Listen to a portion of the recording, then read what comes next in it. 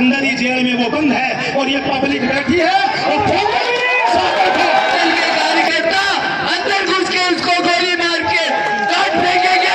12 घंटे के बाद या तो यहाँ के कलेक्टर और एसपी बात वार्तालाप करने आ जाए, अन्यथा ये जो हुजूम है और इससे दुगना हुजूम, ये तो ट्रेलर है, पूरी फिल्म तो अभी बाकी है मेरे लोगों।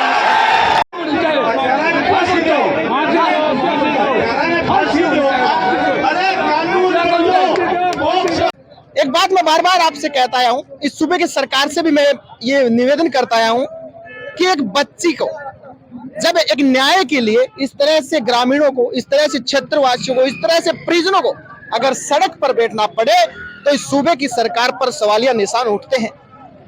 ये लोग हैं सुबह से ही धरना प्रदर्शन कर रहे हैं, पुलिस उप अधीक्षक के कार्यालय के बाहर ये लोग बैठे हुए हैं, बड़ी संख्या में लोग बैठे हुए हैं, हजारों की तादाद में लोग हैं वो पहुंचे हुए हैं और मंच से तमाम वो विपक्ष की पार्टियां हैं, यहाँ के आसपास के गांव के सरपंच हैं और यहाँ पे जनप्रतिनिधि भी हैं, वो यहाँ पर है जनता को संबोधित कर रहे हैं।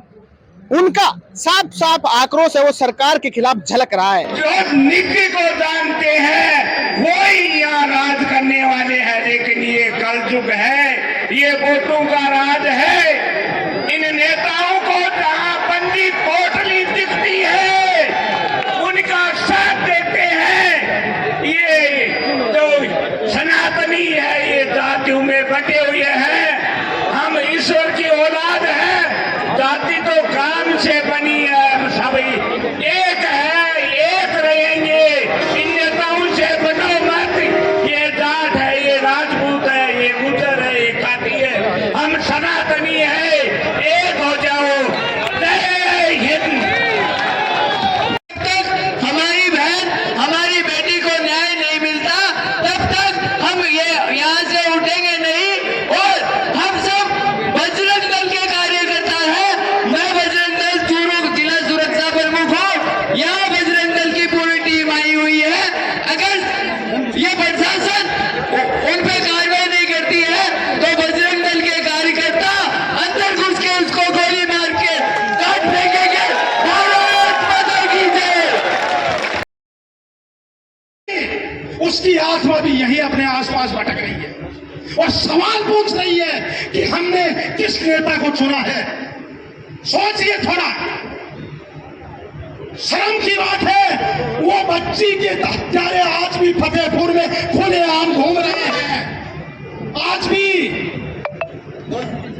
हमारे पास फोटो भी है उनकी, हम जानते हैं उनको तकलीफ होती है, उनको देखते हैं तो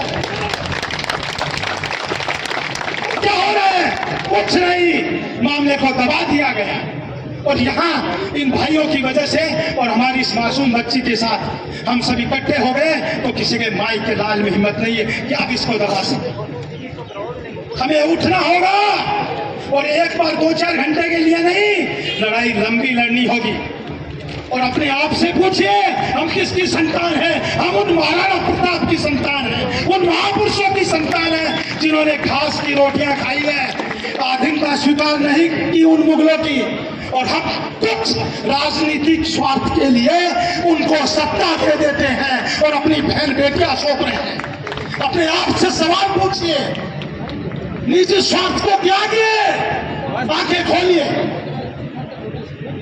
अंत में यही कहूंगा, प्रशासन, हम संविधान को मानने वाले समाज से आते हैं, संविधान के नाते फास्ट ट्रैक में इस मामले को लगाए, जल्दी से जल्दी उन्हें दरिंदों को फांसी दे, अन्यथा थाना सामने ही है और अंदर ही जेल में वो बंद है और ये पब्लिक बैठी है और बीच में आने वालों को भी फोन देंगे। जय श्री राम। पूरे फतेहपुर की 36 बिरादरी और तमाम धर्मों के लोग हैं जो इस कलंक को धोने के लिए फतेहपुर की सड़कों पे इकट्ठे हुए हैं। और इस न्याय की लड़ाई में हम सारे तब तक मजबूती के साथ डटे रहेंगे जब तक इस झकझोर देने वाली घटना के दरिंदों को फांसी की सजा नहीं मिल जाती। बाहर से आने वाले सभी लोगों का धन्यवाद कि आप लोग इस लड़ाई में साथ जुटे, पर आपसे ज्यादा फतेहपुर की ये जिम्मेदारी बनती है और फतेहपुर अपनी इस बहन जी के दरिंदों के खिलाफ कड़ी से कड़ी कार्रवाई करने के लिए इकट्ठा है, लामबंद है, एक है, नेक नियत के साथ है और सारी चीजों से परे हटके हम जब तक इस न्याय की लड़ाई में हमारे हवन की आहुति डालते रहेंगे तब तक दरिंदों को फांसी ना मिल जाए, कड़ी से कड़ी सजा ना मिल जाए। पुलिस अपना काम करे, हम अपना काम कर रहे हैं। पुलिस से इतना निवेदन है कि जल्द से जल्द आप चालान पेश करके फास्ट ट्रैक कोर्ट में वो कार्रवाई चले ताकि कोर्ट अपना काम करे। सरकार के खिलाफ इस बिगुल में हम सारे इकट्ठे हैं, एक इरादों के साथ हैं। तरफ से चूरू वाले भाई साहब जो अभी कह रहे थे, पूरा फतेहपुर विधानसभा ये लावडा की भांजी नहीं, ये फतेहपुर की भांजी थी। हम सारे लोग आपको आश्वस्त करते हैं कि इस न्याय की लड़ाई में हम आपके साथ डट के खड़े हैं। दूसरा, ये जो ताली बजाने वाली बातें हैं, ये झकझोर देने वाली घटना थी, कोई ताली बजाने की बात नहीं। ताली हम उस दिन बजाएंगे जिस दिन जिन गिद्धों ने नोच के हमारी भांजी के साथ जो रेप करके हत्या कर दी, उन दरिंदों को कड़ी से कड़ी सजा मिलेगी, फांसी मिलेगी। उस दिन पूरा फतेहपुर एक साथ खड़ा होकर ताली बजाने का काम करेगा। एक बार सारे साथ नारा लगाएंगे, हत्यारों को फांसी दो, हत्यारों को फांसी दो, बलात्कारियों को फांसी दो, बलात्कारियों को फांसी दो। बैठ जाओ एक बार। सबसे पहले मासूम बच्ची को श्रद्धांजलि अर्पित करता हूं।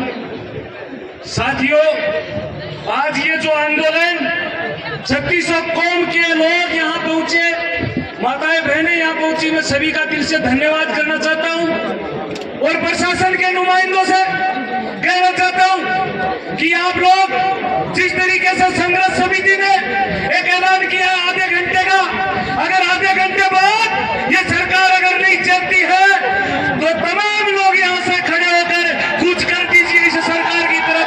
किसी से गल्ला उठाने की जरूरत नहीं है। करनी सेना का प्रदेश अध्यक्ष होने के नाते आप सभी को विश्वास दिलाना चाहता हूँ कि जहाँ भी इस प्रदेश के अंदर अन्याय व अत्याचार होता है तो कर्मी सेना के कर्मी सैनिक पहुंचते हैं और प्रशासन अच्छे से जानता है कि सुप्रीम कोर्ट के आदेश के बावजूद हमने फिल्म पद्मावत को पूरे प्रदेश के अंदर नहीं चलने दी थी। वही कर्मी सेना है, सत्ता में बैठे हुए उन लोगों तक ये आवाज को पहुंचा दे कि आधे घंटे का समय जो संघर्ष समिति ने दिया है, आधे घंटे के बाद या तो यहाँ के कलेक्टर एसपी वार्तालाप करने आ जाए, अन्यथा ये जो हुजूम है और इससे दुगना हुजूम, ये तो ट्रेलर है, पूरी फिल्म तो अभी बाकी है मेरे नौजवान।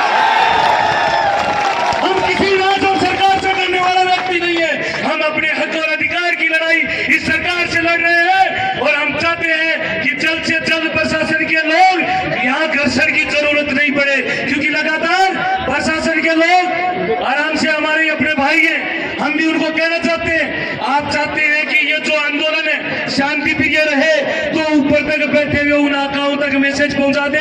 जब 2 दिन पहले जयपुर के अंदर, मैं किसी जाति धर्म और समुदाय का विरोधी नहीं हूं मेरे नौजवान साथियों, लेकिन 2 दिन पहले जिस तरीके से जयपुर में भीड़ में पीट कर एक व्यक्ति की हत्या की, तुरंत सरकार ने 50 लाख रुपए की सहायता दे दी, एक डायरी दे दी। क्या हम सर्व समाज के लोग इतने कमजोर हैं कि हमारी मासूम बच्ची को अभी तक हमारे हक और अधिकार के लिए हमें लड़ना पड़ रहा है?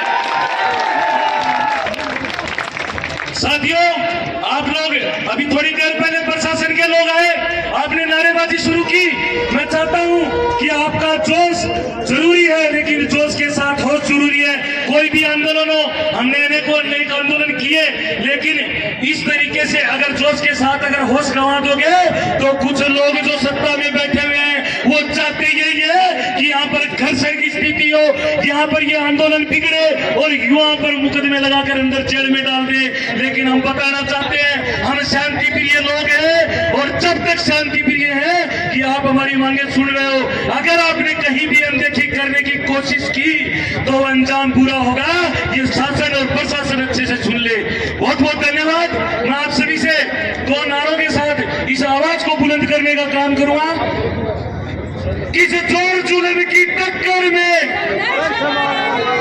इस आवाज से तो हम आंदोलन नहीं जीत पाएंगे मेरे नौजवान साथियों। सत्ता में बैठे उन्हें जयपुर के अंदर नेताओं तक इस आवाज को पहुंचना चाहिए। पीछे तक जो भी लोग बैठे हैं ऊपर हाथ खड़े कर कर बोलिए, जोर जुल्म की टक्कर में,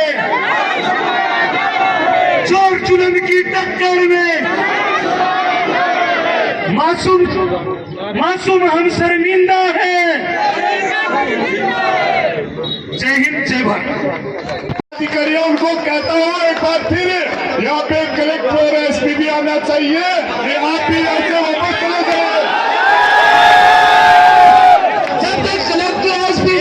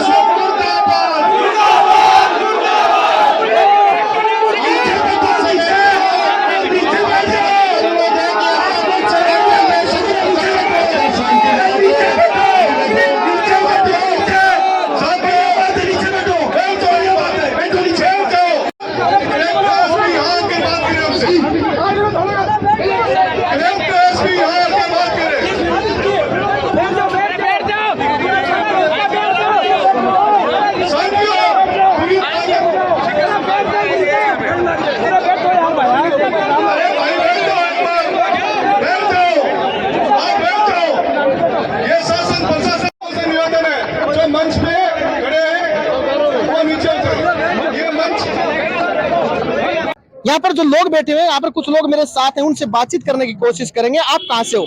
चूरू से हो। क्या मामला है पूरा बताएंगे थोड़ा सा दर्शकों को?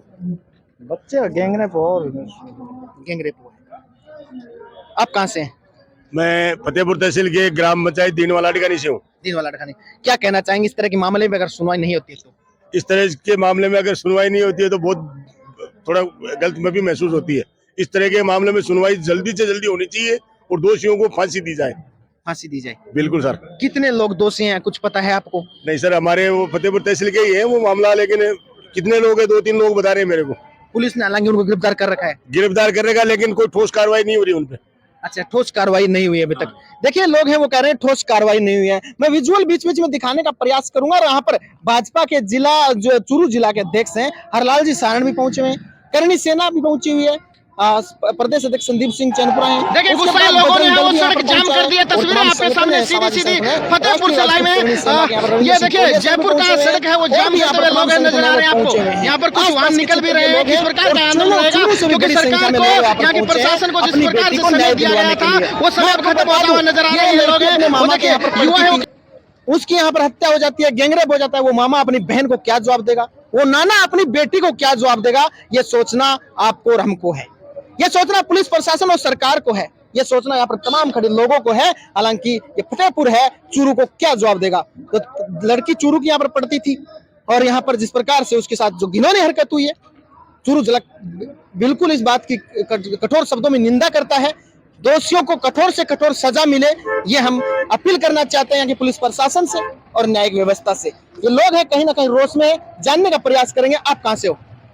फतेहपुर से। फतेहपुर से हो। इस तरह के मामले में क्या कहना है आपका? देखो इन लोगों को कड़ी से कड़ी सजा मिले और फांसी हो इसको, ताकि दूसरा आदमी फिर ऐसे मनचली ना करे। ठीक है। आप कहाँ से हैं? फतेहपुर से। फतेहपुर से हो। ये घटना जब हुई आपको क्या लगा इस प्रकार की घटना? और लोग हैं सुबह से ही गर्मी के अंदर बैठे हुए हैं, क्या कहना आपका?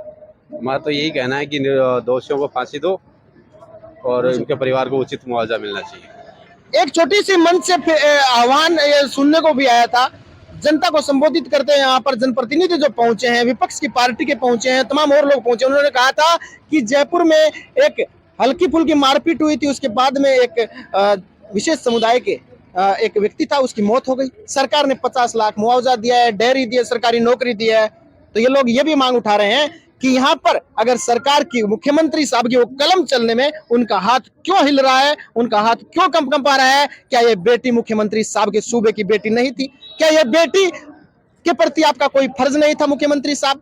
क्यों आखिर आप अभी भी इस मामले को है कहीं ना कहीं छोड़ते हुए नजर आ रहे हैं? तमाम और लोग भी पहुंचे हुए हैं। कहाँ से आए आप? राजगढ़ से। राजगढ़ से। क्या कहना आपका इस मामले में, इस तरह के मामले में? हमारा यही कहना है कि बच्ची को न्याय मिलना चाहिए।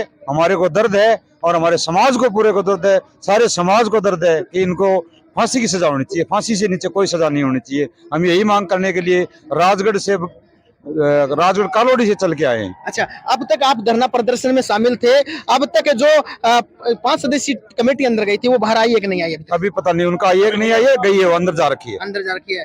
आप कहाँ से हैं? चूरू से हूँ। चूरू से हो। क्या कहना चाहेंगे इस तरह के मामले में जिस प्रकार से है? मैं एक बात आपको बता देना चाहता हूं कि पीड़िता को न्याय दिलाने के लिए इस सरकार की, सूबे की सरकार के सामने इस तरह से लोगों को धरना प्रदर्शन करना पड़े, किस नजरों से आप देखते हैं? इससे बड़ी क्या विडम्बना होगी जो धरना प्रदर्शन करना पड़े, न्याय के लिए लोगों को सड़कों पे बैठना पड़े। ये बहुत गलती संदेश है, जबकि मुलजिमों को फांसी की सजा मिलनी चाहिए। हम सर्व समाज से सभी लोग ये मांग करते हैं, जिसने ये दरिंदगी की है उसको कड़ी से कड़ी सजा मिलनी चाहिए, फांसी की सजा मिलनी चाहिए। और लोगों को ये एहसास होना चाहिए कि गंदा काम करने से ऐसा दंड मिलता है। मैं तो कानून व्यवस्था से यही कहना चाहूंगा, इनको इतनी कठोर सजा दीजिए ताकि दोबारा कोई दरिंदा इस तरह की दरिंदगी करे 1000 बार उसको सोचना पड़े, और 1000 भी बार सोचने के बावजूद भी मौत देख के उसकी रूह कांप जाए। ऐसा कदम इस कानून व्यवस्था को उठाना चाहिए। खाकी के कंधे पे जो सटार लगे उनकी ताकत इन दरिंदों के अंदर पता चलनी चाहिए, खौफ है वो पता होना चाहिए, ताकि कोई दोबारा कोई इस तरह की हरकत करे तो उसे कई बार सोचना पड़े। खाकी जब सामने से निकले तो पसीना आ जाए आरोपी को। ऐसा कानून व्यवस्था को कोई कठोर कदम उठाना चाहिए, क्योंकि